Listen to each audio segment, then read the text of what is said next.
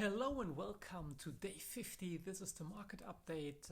Earlier I did a video in Petra, and for our trades we are doing very well. Cocoa is currently at plus 925 euro, so that's one of our new trades, doing very well at the moment. And silver is like the greatest. We are up 1,700 US dollar for over the last 2 days.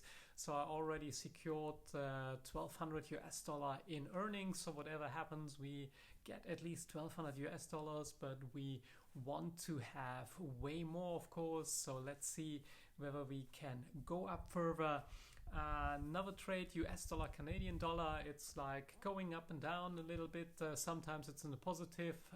Now when I looked, it was at minus 40 Canadian dollars, so that's roughly around 28, 29 euro, so not too much. And our last trade, we got stopped out yesterday in cotton with earnings of 161 euro and 40 cents.